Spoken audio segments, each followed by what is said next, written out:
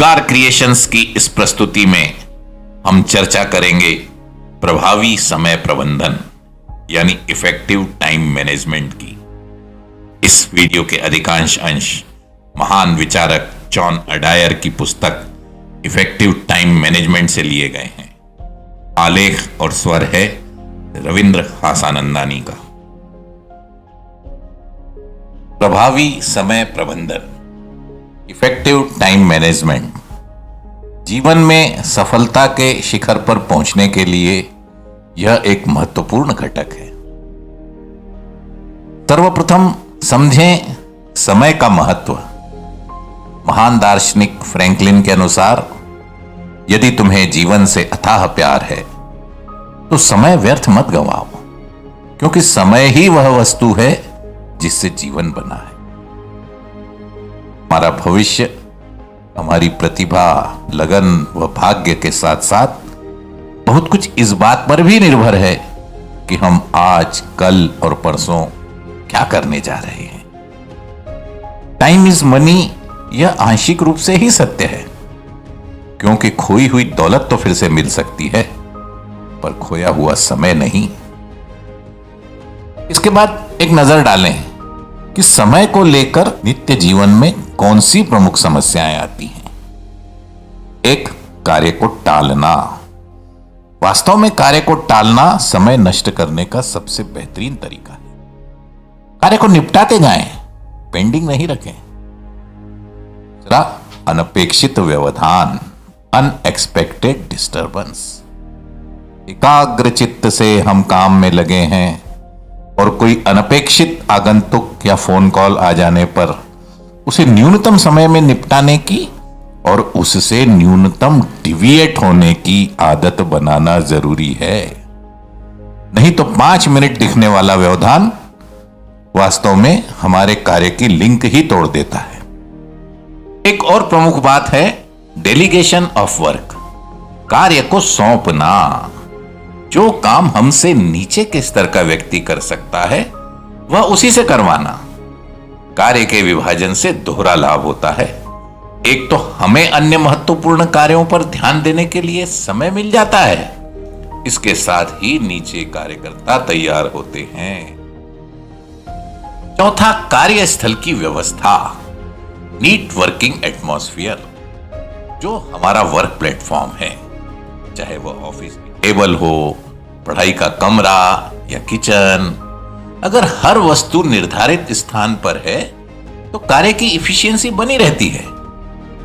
नहीं तो अक्सर देखने में आता है कि वक्त पर चीज मिलती नहीं और कई बार उसे ढूंढते ढूंढते महत्व का उपयोगी समय चला जाता। फॉर इफेक्टिव टाइम मैनेजमेंट, कुशल समय प्रबंधन की योजना को 3 हिस्सों में बांटा जा सकता है। ए, पहला, अभी की स्थिति का विश्लेषण, एनालिसिस ऑफ प्रेजेंट स्टेज। सबसे पहले हमारी वर्तमान दिनचर्या पर नजर डालें। प्रतिदिन हमारा समय किन कामों में कितना लग रहा है, चार्ट बनाकर इसका हिसाब करें। इस संबंध में स्वयं से 3 प्रश्न करें। 1, क्या तुम्हारा अधिकांश समय उन कार्यों में जा रहा है जो तुम्हारे लक्ष्य से मेल खाते हैं? 2, ऐसे कौन से कार्य हैं जिन पर काफी समय लगता है लेकिन उनका उपयोग न के बराबर है? 3, प्रतिदिन ऐसा कितना समय उपलब्ध था जिसमें तुम स्वयं तय करके कार्य कर सकते थे? इस समय का तुमने कैसे उपयोग किया? इन प्रश्नों के उत्तर के आधार पर अपनी नित्य कार्य योजना की शैली में संशोधन करें। बी, लक्ष्य निर्धारण, गोल सेटिंग। सबसे पहले अपने जीवन की योजना बना। मेरे जीवन का उद्देश्य क्या है? कितना समय मुझे परिवार को, व्यवसाय को संवारने में आवश्यक है? इन प्रश्नों पर नजर नहीं रखी तो पूरा जीवन यूं ही बीत जाएगा।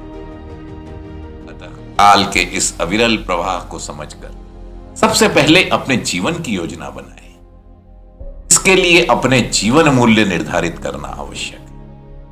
जीवन मूल्य यानी वैल्यूज।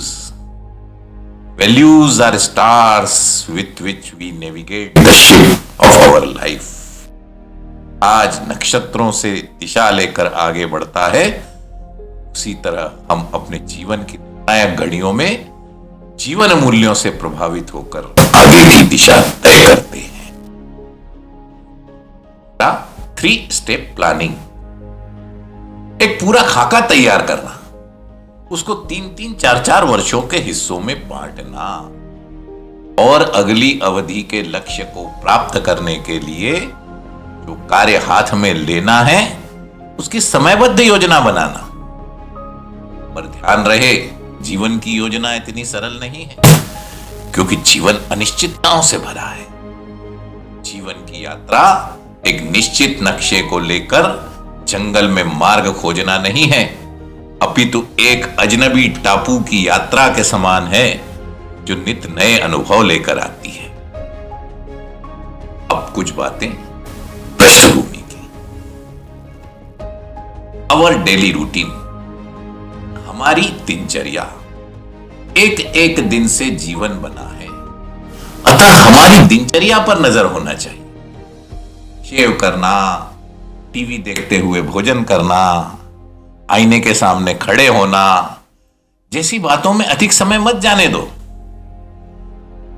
दूसरा, प्रोडक्टिव टाइम, अधिक गुणवत्ता वाला या ऊर्जावान समय यह रचनात्मक कार्य में लगना चाहिए। सभी के पास समय की मात्रा तो एक ही है, पर ऊर्जा में वृद्धि की जा सकती है। इसकी त्रिसूत्री है आहार, निद्रा और व्यायाम। Diet, sleep and exercise. आहार संबंधी सामान्य नियमों का पालन करें। भोजन का उद्देश्य जीना है, जीने का उद्देश्य भोजन नहीं, यह ध्यान में रखें। आवश्यकता जितनी नींद, क्षमता से ज्यादा जागकर कार्य करने से बाद में दुगनी नींद लेकर भी वह ताजगी नहीं आ पाती।